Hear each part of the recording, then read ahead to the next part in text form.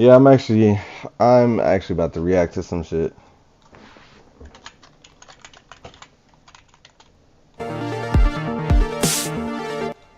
Welcome to the Kill Count, where we tally up the victims in all our favorite horror movies and show you how they were made. I'm James A. Janice, and today we're looking at Final Destination Bloodlines, released in 2025. Final Destinations Bloodlines are is the so sixth Final cool. Destination I'm not movie, even about and the to first lie. new one in over a decade. The original 5 came out with striking regularity between 2000 and 2011. They were hits. What's your both at favorite the box Final office Destination? And in terms of cultural impact. And in the 14-year gap since the last movie was Mine released, the series has personally, only cemented its reputation in pop culture. I mean, it became a fucking verb. That You don't one. drive behind a log I think truck that's 'cause you Final don't wanna get Destination Final 2. Destination. Bloodlines That one maintains the is continuity of the crazy. first 5 films, so it's not a That highway reboot, scene but in is some ways crazy. it does feel like a requel, or legacy sequel, mostly because of how self-aware it is. This movie knows the effect that Final Destination has on people, and leans into it in a playful and devilish way. It's constantly teasing you and making you feel uneasy at every little thing, that just scene like a good Final was Destination crazy.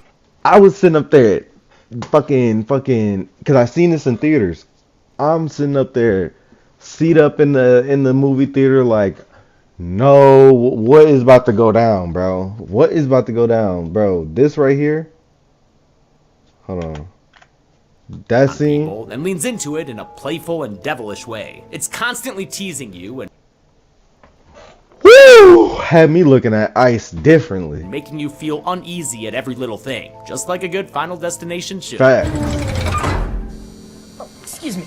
Sorry, it does that sometimes. Like, But what the Bloodlines fuck also you mean improves it does upon its that? predecessors without sacrificing what makes them great. Obviously, the kills have always been a fun part of the series. Even the worst of them had memorable death sequences. Bloodlines that is no shit was exception. wild. This time, though, we follow characters we actually care about, as opposed to a cavalcade of douchebags. Death's targets in Bloodlines are, as the name would suggest, members of a single family. That already makes for a deeper connection between them than high school friends, co-workers, high school friends, college friends, or random strangers. Yeah, who are they're driving on a highway family. together. Additionally, it's the different. characters are written way more sympathetically and portrayed by an excellent cast. While their behavior is sometimes heightened, Yeah, this was a good This is a movie. movie after all. They what don't feel the like cartoonish fuck? caricatures. They're real people with real relationships and way more shades of nuance. That makes the humor land better, in my opinion, and gives the film a bittersweet poignancy. You still laugh at the crazy kills going on, but at the same time, you feel bad that for the shit was people being crazy. killed. I kinda like that. It's like the best of both worlds. Especially because it doesn't go easy on the kills, which are as gory and Rube Goldbergy as ever. The editors have fun with them too, timing everything to the beat of needle drops that bring an epicness and sense of humor to that the shit all in all, was this is pretty easily crazy. my favorite of the franchise. It's hilarious, sweet, Nah, facts, violent, facts. I ain't well-paced, gonna lie. and has the best This one is the send-off best a horror one. legend could ever ask Well, for. When death runs in the family, yeah. The kills. the movie begins with some train tracks. Wonder if those will come into play later. A vintage car drives over them, because this is 1969, or 69. Would y'all live in a house like this, in a subdivision like this? Me personally, no.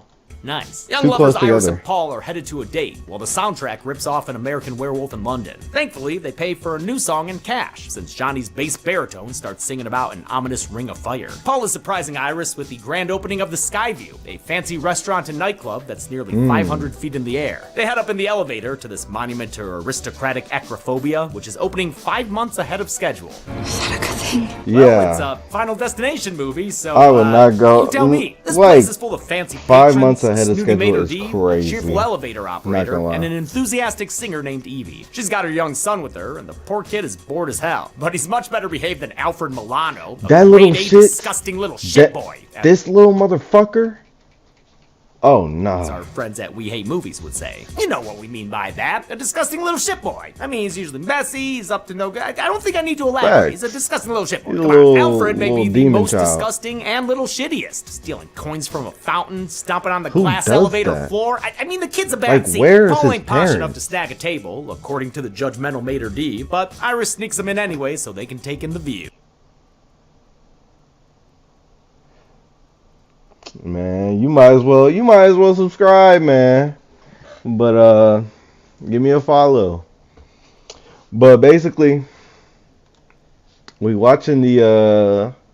just reacting to some stuff, man. We reacted to some scary stuff. Right now we getting into some Final Destination kill count.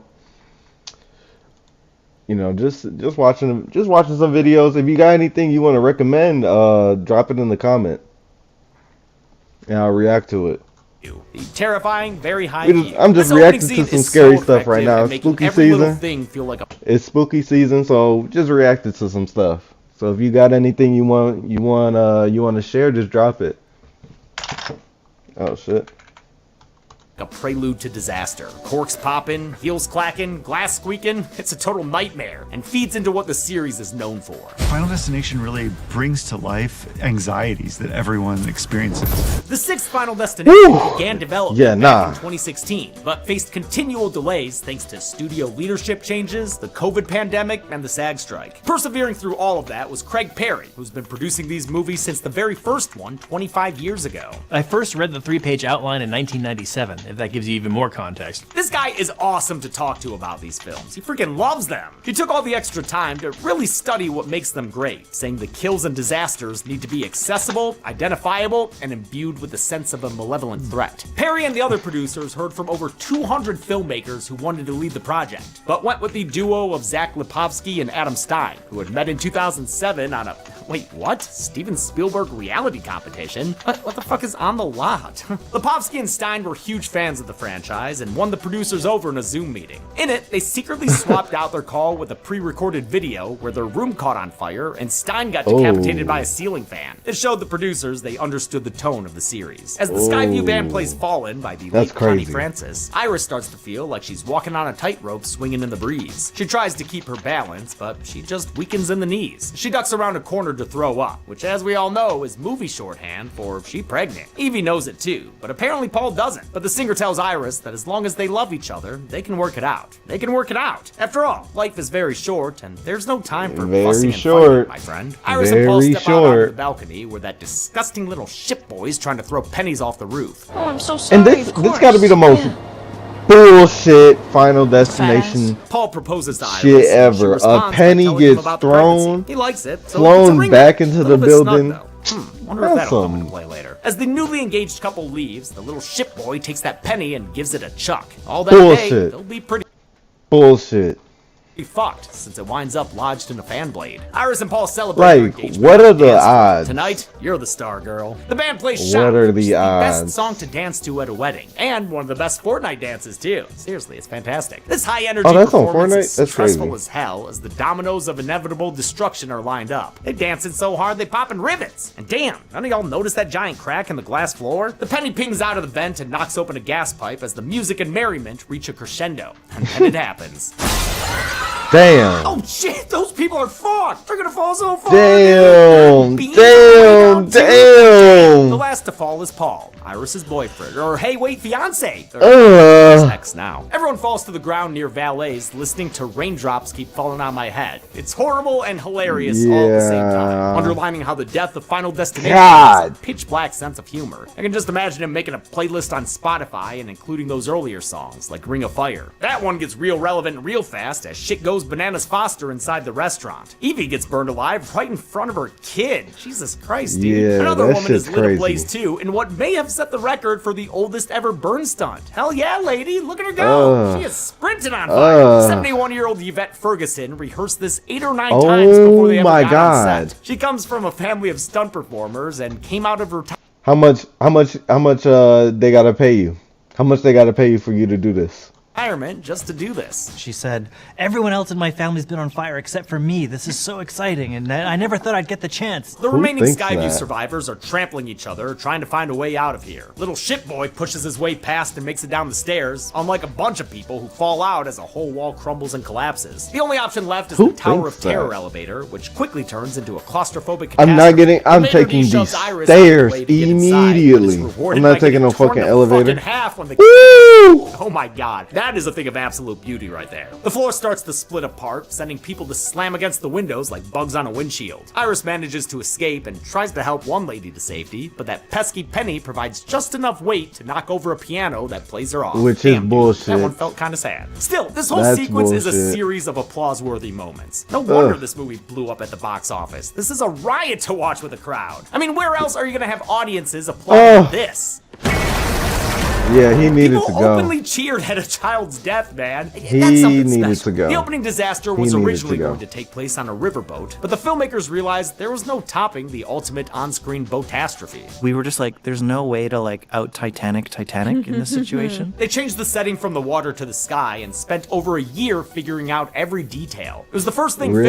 filmed on a beautiful 100-foot set designed by Rachel Toole. They joked that the set cost more than the entire first Final Destination film. This main set was surrounded by a custom volume wall with LEDs that could show the skyline at any angle they wanted. They also had a set that could tilt for people to slide down, and another that could be lifted into the air for shots from beneath the dance floor. The Skyview Tower itself was inspired by Seattle Space Needle and Toronto CN Tower. The base of it is played by the Museum of Vancouver, which is where they shot this movie, just like most of the earlier films. The massive sequence involved 140 extras and took half the film's entire shoot to capture. While there is a bit of a CG feel to some of it, they shot a ton of it practically. There are a lot of stunt performers performing a lot of wire stunts. I don't think we've ever dropped 20 people all in one shot at one time. Some of the deaths had practical baselines too, even if they added CG layers on top. The Mater D's death used a really sick-looking life-size prosthetic. Oh my god. They put it next to me and it freaked me out. And when it came time to wipe away the little shit boy, they actually dropped a real piano. You 80 really feet keep calling him and shit popped it in for boy. the effect. This place is really falling apart now, and Iris is one of only 2 people left. The other, a kid in a box, Evie's son, who Iris rushes over to help. But not much she can do when the whole thing starts to come down. Her ring saves her for like a second, but then she gets 1/5 yeah, of that Gerald's scene was- game. She and the little boy pounded to their deaths with Iris hitting a spire. Whoa, wow, that's not Iris, that's someone else. We've never whoa'd out of an Iris into somebody else, not in 5 freaking movies. We always whoa'd right back to the premonition hammer, right before the premonition started. It's a great change in the format. I was that like, made me yell when I whoa, first saw it, since now we're in the present almost 60 years later. Stephanie is a college student who was nowhere to be seen in the Skyview premonition, but she's been seeing it in her dreams every night for the past few months. Her poor roommate. She's come to realize that Iris must be her maternal grandmother, whom she's never met. She decides to go back home to try to figure out what it could mean. Careful now, Steph. This Don't get movie pulled was over for so driving good under a premonition. in a Her lot dad, of Marty, ways. doesn't want to talk I'm not about gonna it. lie, like for a Iris. Her Final mom, Darlene, Destination left the movie, family when Stephanie like was compared 10. to the other So she ones, like decides it was to try actually the really extended good. fam and heads over to her cousin's house with her little bro Charlie. He's moody towards her because she never visits, but she thaws the tension. Like she by was a opening up good about main the character situation. for real, for real. I am on academic probation.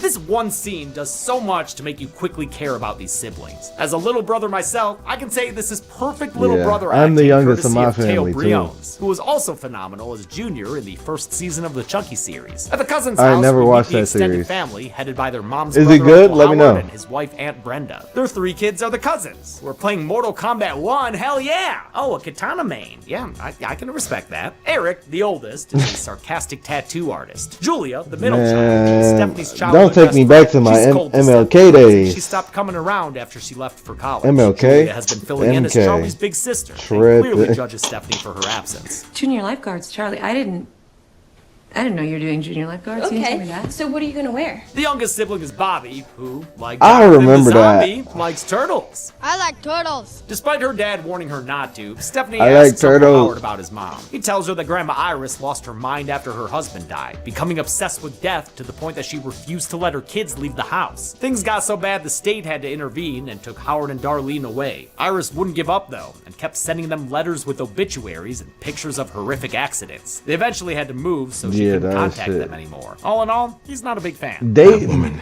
is a sick. this motherfucker, this nigga is a stupid ass.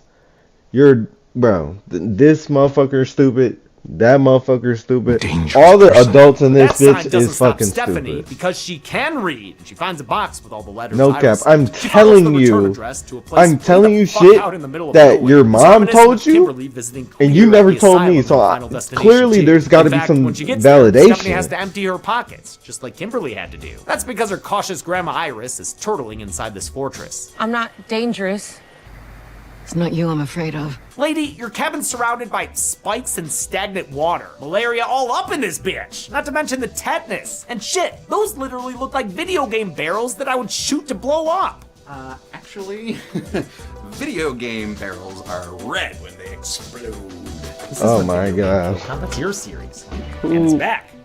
Yeah, it is. Iris tells Steph to come inside, but to be careful. So yeah, maybe don't slam the door so hard you knock down a fire extinguisher. Steph loves shit like that. Stephanie tells Iris about the dream she's been having. It wasn't just your dream.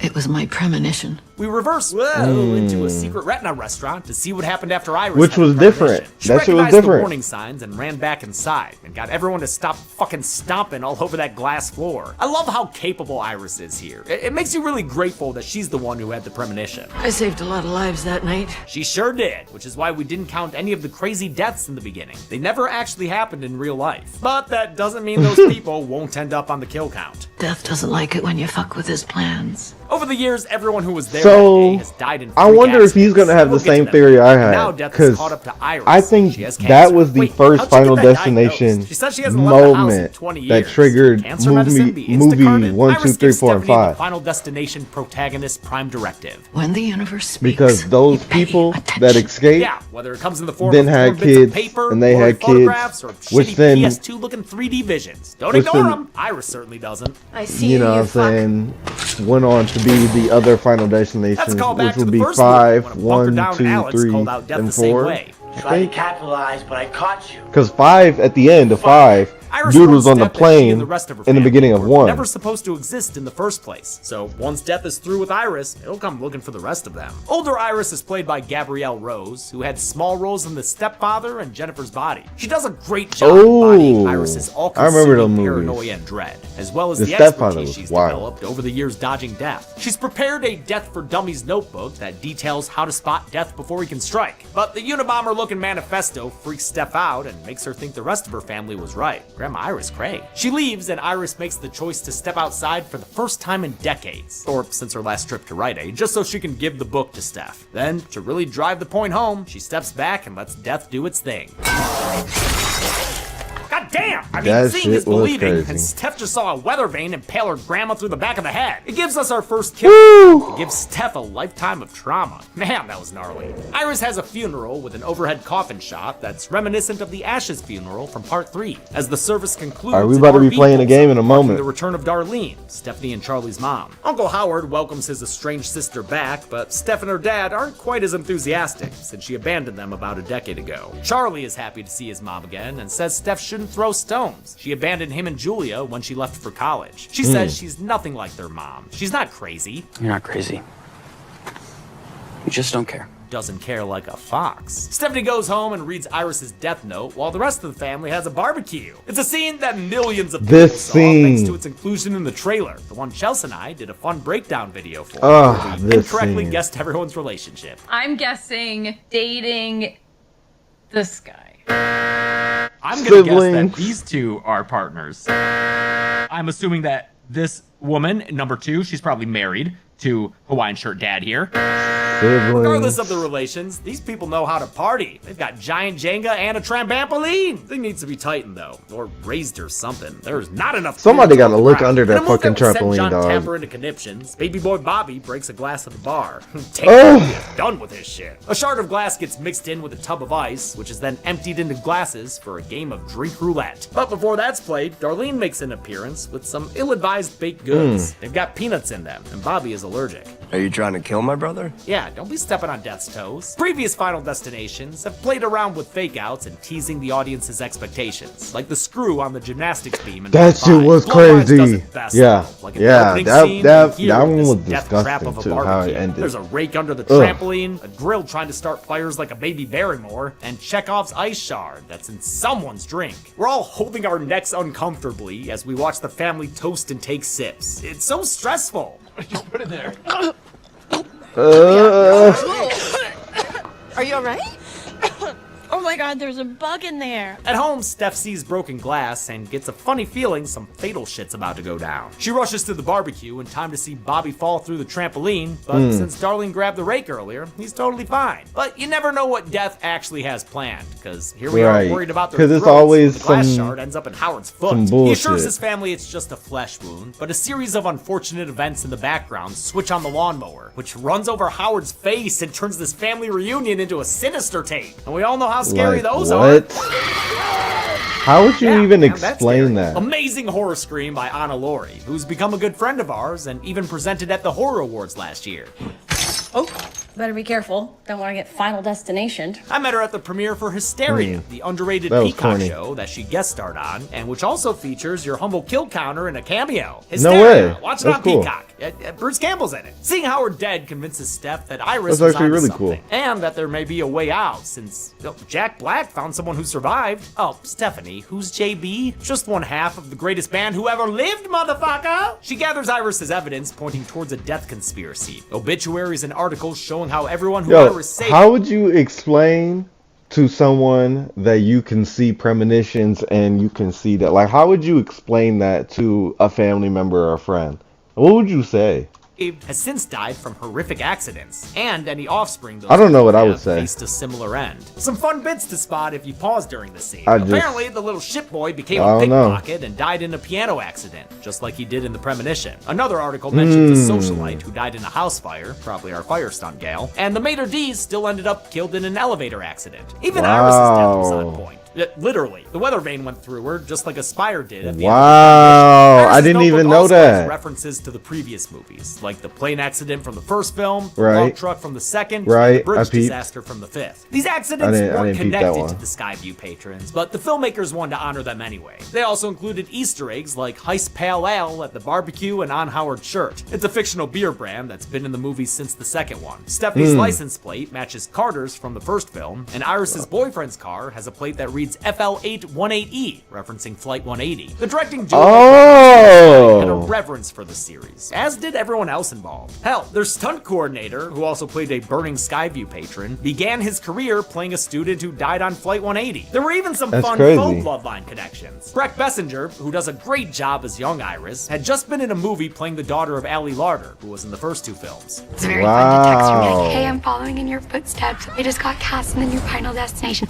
And in the Chucky TV series, Teo Brion's dad was played by OG Final Destination star, my boy Devin Sawa. He was the first person I texted. Lebowski and wow. Stein ran a fun and encouraging set. Richard, you sold that, buddy. All of the BTS I watched seemed like one giant love fest. That's pretty Everyone who cool. makes these movies is just having a great The time. connections You can is really tell the crazy. director set that tone. I imagine that they like put on matching pajamas and get into little like Dick Van Dyke beds at night, and they're like, "Good night, Zach. Good night, Adam." Still, these fuckers created quite the conundrum for the kill count. Our rule is that we count mass kills if the event is shown Right. on screen and we get a verified number of victims. That was the Right. case for all 5 of the previous Final Destinations. Right. Here, we don't see the actual deaths since the Skyview disaster never actually happened. But we did technically meet all these people when we saw Right. them in Iris's flashback. Since And they we did all meet died. them in video form and we're learning about their deaths now, that makes them eligible to count. Writer Right. Addison counted 138 deaths on Steph's Damn. murder, which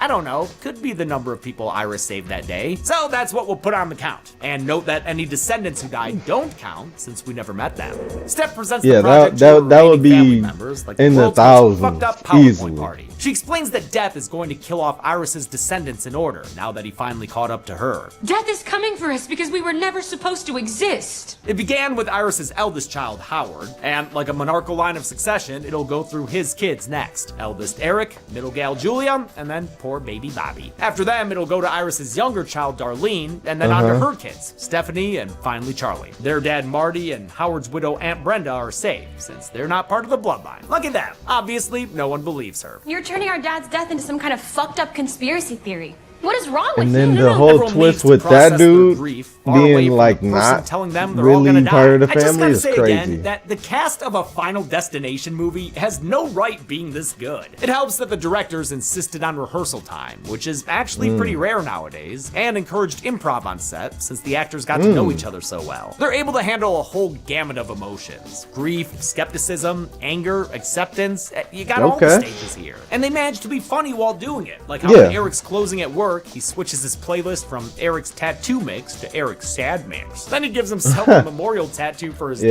dad. It's hilarious and adds a lot of texture to the movie and depth to his character. Death starts up its Rube Goldberg machine again, which isn't difficult Yeah, since this place has the this dumbest shit ceiling was decor crazy. I've ever seen. Stuff gets knocked over and spilt all around until a chain comes loose from the ceiling and somehow And hooks itself to bam! Eric's nose ring. The chain wraps around the fan, pulling Eric upward and forcing him onto a chair, and then the counter, which isn't built to hold the weight of a grown man. can. Not that he isn't grabbing on with both hands and either pulling himself up or pulling the ceiling fan down, but eventually he manages to unhook his nose. Too bad he swings into a whole bunch of fire and broken glass shards, getting branded and losing the entire tattoo shop to flames. This sequence, which was partially released as the movie's first teaser trailer, is only 6 minutes long, but took 5 days to film. They set up an actual Rube Goldberg sequence and did 20 takes until the items fell like they were supposed to. Should have hired OK Go to do it. They also really hooked a chain to a nose ring on actor Richard Harmon, using an apparatus to hold it in place while his body weight was supported by wires. This scene and all the movie's kills were carefully planned out with elaborate previs productions that ended up looking like really bad, cheaply shot short films. I'm dead. I fucking love them. Harmon did most of the stunts himself. He's like the Buster Keaton of horror, if you will. Except for when he falls to the ground and lands in the fire. That was a stunt performer. The next morning, Steph and Charlie haven't heard from Eric, so they speed over and almost do Death's job for him. Ow! What? You trying to kill me? Eric survived the ordeal with nothing more than a heart-shaped branding, which is actually pretty bitchin'. So now he definitely don't believe in the death curse. Maybe Death's not actually coming for our family. Because that would be fucking crazy. Jeez! And how did no one see the car coming? That was on some stupid shit. Reciprocating. Fake Out, which references Terry's infamous bus kill Bam, in the first movie. I remember For her that. part, Steph is starting to see potential death everywhere. I don't know, the trimmer could fall and hit the leaf blower guy, which causes him to blow stuff into the kid's eyes and then take the ball into his face. Eric trashes her concerns and gets grabby with a garbage truck to prove her wrong. Man, come on, don't put your mouth on that. Even death curses are real. E. coli is. While they argue, Steph's prediction comes true, only with Julia instead of Eric. In the far background, her exact prediction plays out. It ends up knocking her cousin into a trash can, which is then scooped into the truck. Wait, is that the soccer kid hightailing it away on his bike? It wasn't me, I didn't see nothing. They try to stop the truck, but are thwarted by a hilarious hard cut to Kelly Clarkson. That is crazy. I would get out of there too. I ain't do stronger, shit. Of course. A funny choice for a franchise where what doesn't kill you actually just makes Death hunt you down and try again. They finally get the truck to stop, and Steph tries to pull Julia free. She should be fine. She's not next on the list. Like why is the truck guy not paying attention? Julia's crushed to death by the trash compactor. Oh my god, this is so fucking gnarly. The way the top of her head slides off like that. Oh, and then she's left with a stringy, gory arm in the end too. Ah, what the fuck? This death scene was the first thing Anna Laurie shot, and was one of the most challenging effects for the team at Masters Effects. They modeled the head squish after pears and tomatoes being crushed, and used a combo of digital effects and a practical crushable head. For the truck itself, Pacific West Special Effects built a crusher based off a construction tool used to find angles of corners. The metal rods with rubber tips retracted when going around the performer's head, and director Adam Stein tried it out first to show that it was safe. It's an incredible effect. It's very unnerving and unsettling because you see this piece of metal coming at someone's face, and then all of a sudden the metal stops, but it keeps growing around the rest of their face. I heard the tool compared to those pin screen toys where you can make an impression of your hand or whatever. They then filled the truck interior with clean but gross materials like wet oatmeal and placed Laurie inside. She didn't do the trash can dump. That was performed by her stunt double Evelyn Gonda. Finally, the kill had more gore added in post, which I kind of wish they didn't do. Like, it's not as bad as the fourth movie where awesome practical effects were covered up with cartoon blood, but I do wish they had gone a little lighter with the digital dressing. Steph blames herself for screwing up the order, but Aunt Brenda says no, it's her fault. She confesses that Eric isn't Howard's biological son, and thus isn't part of the bloodline. She had an affair with some guy named Jerry Fenbury. Jerry Fenbury? Yeah, dude, Jerry Fenbury. Jerry Fenbury. Wanted to play catch? Harmon improvised 10 different takes of his reaction, trying different punchlines until they got to this one. And Brenda exits the movie completely. Because, I mean, fuck it. She's not on Death's chopping block. Baby boy Bobby is, though, and he's next in line. So he begs Steph to help him survive. After all, she can see Death's plans, just like Iris could. It's like an equation, it's math. Yeah, it's like the Pythagorean theorem. She remembers Iris's notebook mentioning that other survivor named JB. Darlene says it's a friend of her mom's who works at a nearby hospital. What was that place's name again? Something River? Nope. Clear Rivers was Allie Larder's character in the first two films. And yes, her name was Clear, not Claire. I wasn't the wrong one that time. Commenters from throughout the years. Damn, some of you were so confidently wrong. They figure out the name of Hope River Hospital and decide to drive there. River. Bobby wants to come too. I wonder if that is a reference to there's Hope, like 1,000 house-related deaths in that thing, man. You could trip down the stairs, fall, down a toilet or something. I don't Nigga know. said fall He might down. even clean up after himself with that one too. Nigga said fall down a toilet. Even though Eric ain't a member of this bloodline, he decides to tag along to keep an eye out for his brother. And he'd better. He's the only one who remembers to do a nut check. Nut check. What? Both kinds. On the drive over, Steph sees evidence that Darlene kept them in her thoughts. She only left because she was afraid of giving them the same childhood Iris gave her, one completely taken over by fear. It wasn't a decision she took lightly. It had a deep impact on her. They reach the hospital and head to the morgue, where they see a mortician performing an autopsy on an unnamed male body. So, yeah, I guess I'll that go a ahead death and count? that, whatever. It is far from the most important part of the scene. I don't count that. That was already. I don't count that.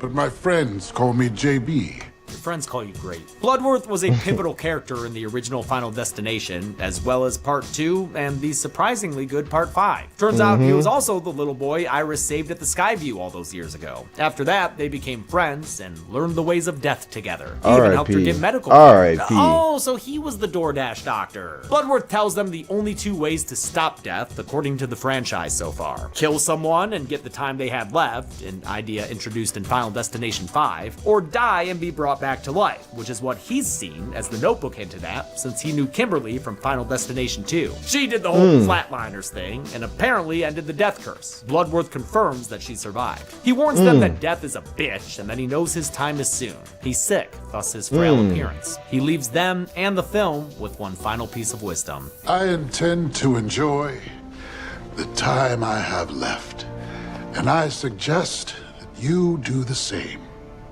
Life is precious. Enjoy every single second. You never know when. I'm not trying to be corny, but this scene is very emotional to watch. The producer said it was a top priority to include Bloodworth, since he means so much to the fans. Tony Todd knew this would likely be his final appearance in the franchise. We're acknowledging a passage of time, and I'm not immortal. He had been quietly diagnosed with stomach cancer, which he kept private but told the producers. They decided to let him come up with his character's final words, which would be a direct message to the fans. I'm not surprised he came up with that beautiful line himself. It was a truly beautiful human being. And to all the people out there that love the franchise, and they obviously do, goodbye is never goodbye. Goodbye is just the beginning.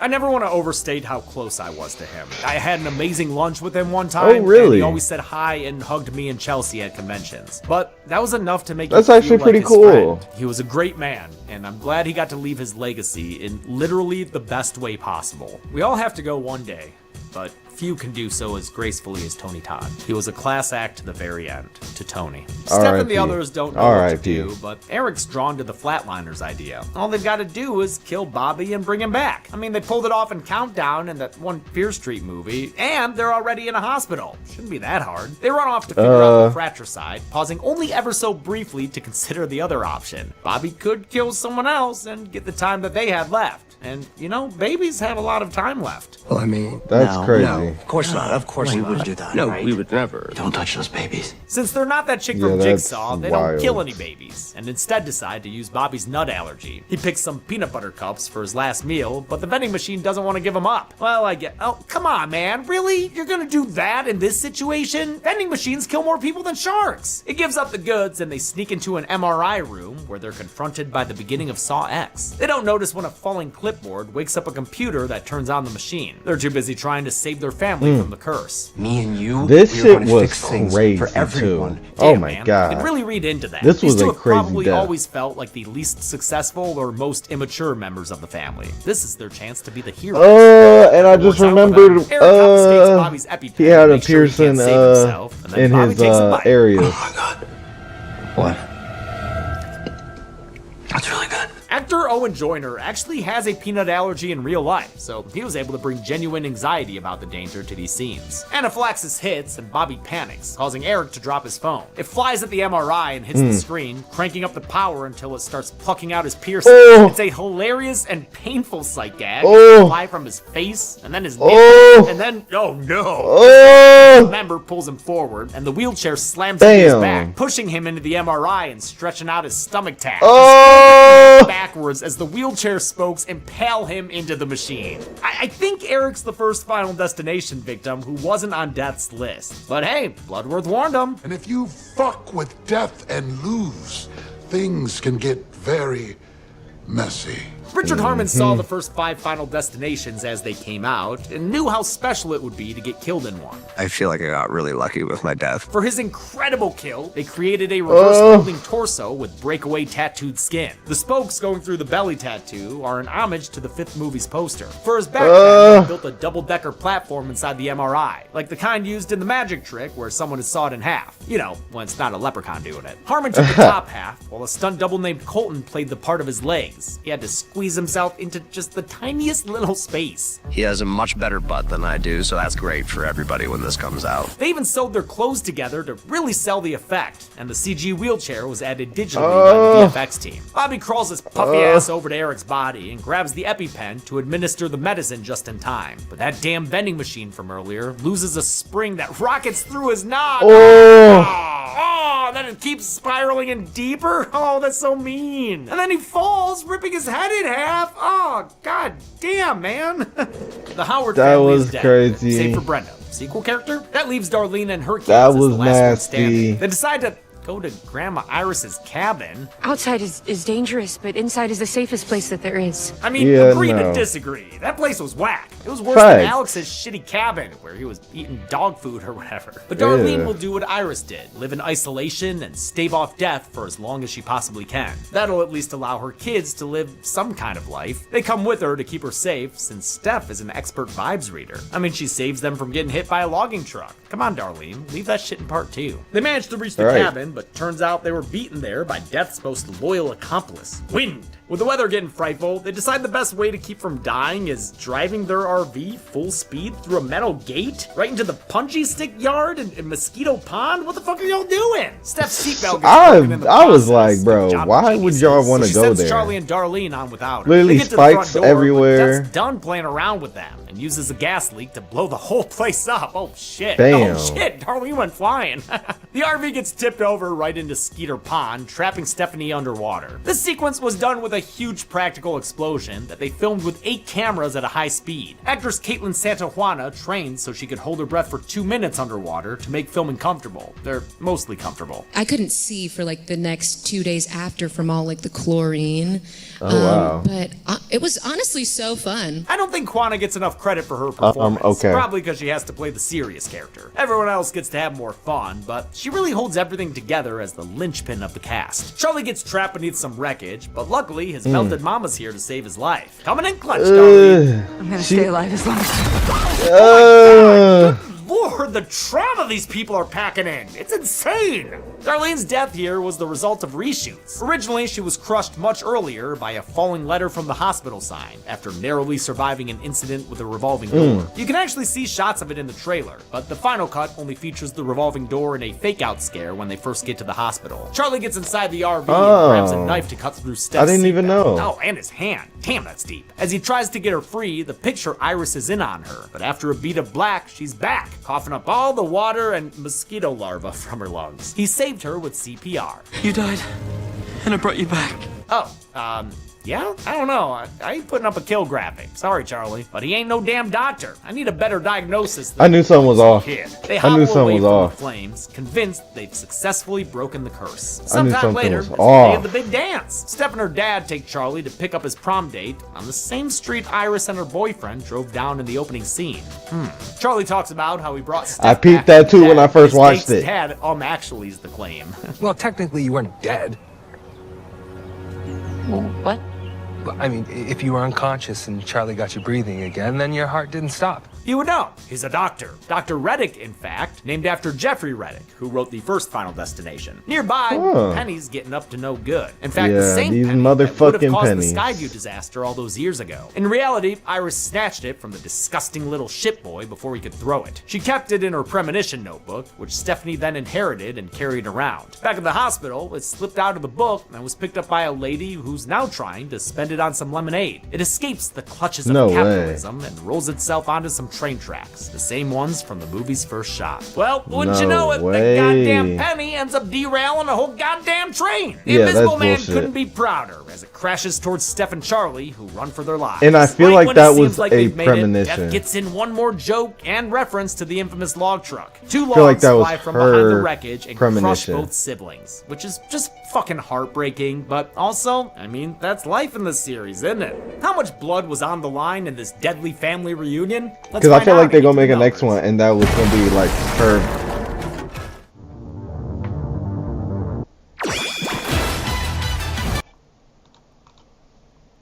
Feel like that was like her premonition. You feel me? Counted 147 deaths in Final Destination Bloodlines. The victims consisted of 4 women, 5 men, and 138 Skyview victims that we can't really get a good gender breakdown of, so we'll call them unknown. Enjoy this pie view chart. As far as the franchise goes, Bloodlines had the second most kills, only coming behind the original Final Destination. I forgot how small scale some of those other disasters were. With a runtime of 110 minutes, we had a kill on average every 44.9 seconds. I'll give the Golden Chainsaw for coolest kill to Eric. There are a lot of options here, but between the piercings joke, that one was really it's an cool. all-encompassing kill, simultaneously mean and hilarious and disgusting. Dual Machete for Lama's kill, I mean, I gotta do it. All the fuckers on the board. It's just newspaper articles. It was annoying to figure out if it counted. It's an obvious winner. And for Final Destination movies, I give out the Primo Premonition Award for the coolest death featured only in a video, since those don't technically qualify for the Golden Chainsaw. For Bloodlines, I'll give it to Alfred Milano, obviously. Damn. I mean, the Mater D was dope too, but that disgusting little shitboy had it coming. And that's Nah, it. facts. Final Destination Bloodlines came out in 2025 to massive critical and box office success. Another movie is already in development, and we can only pray it's half as fun as this one. Until next time, I'm James A. Janice. This has been the Go Cow. On the next. That was actually a cool video. No cap. No cap. That was actually pretty dope.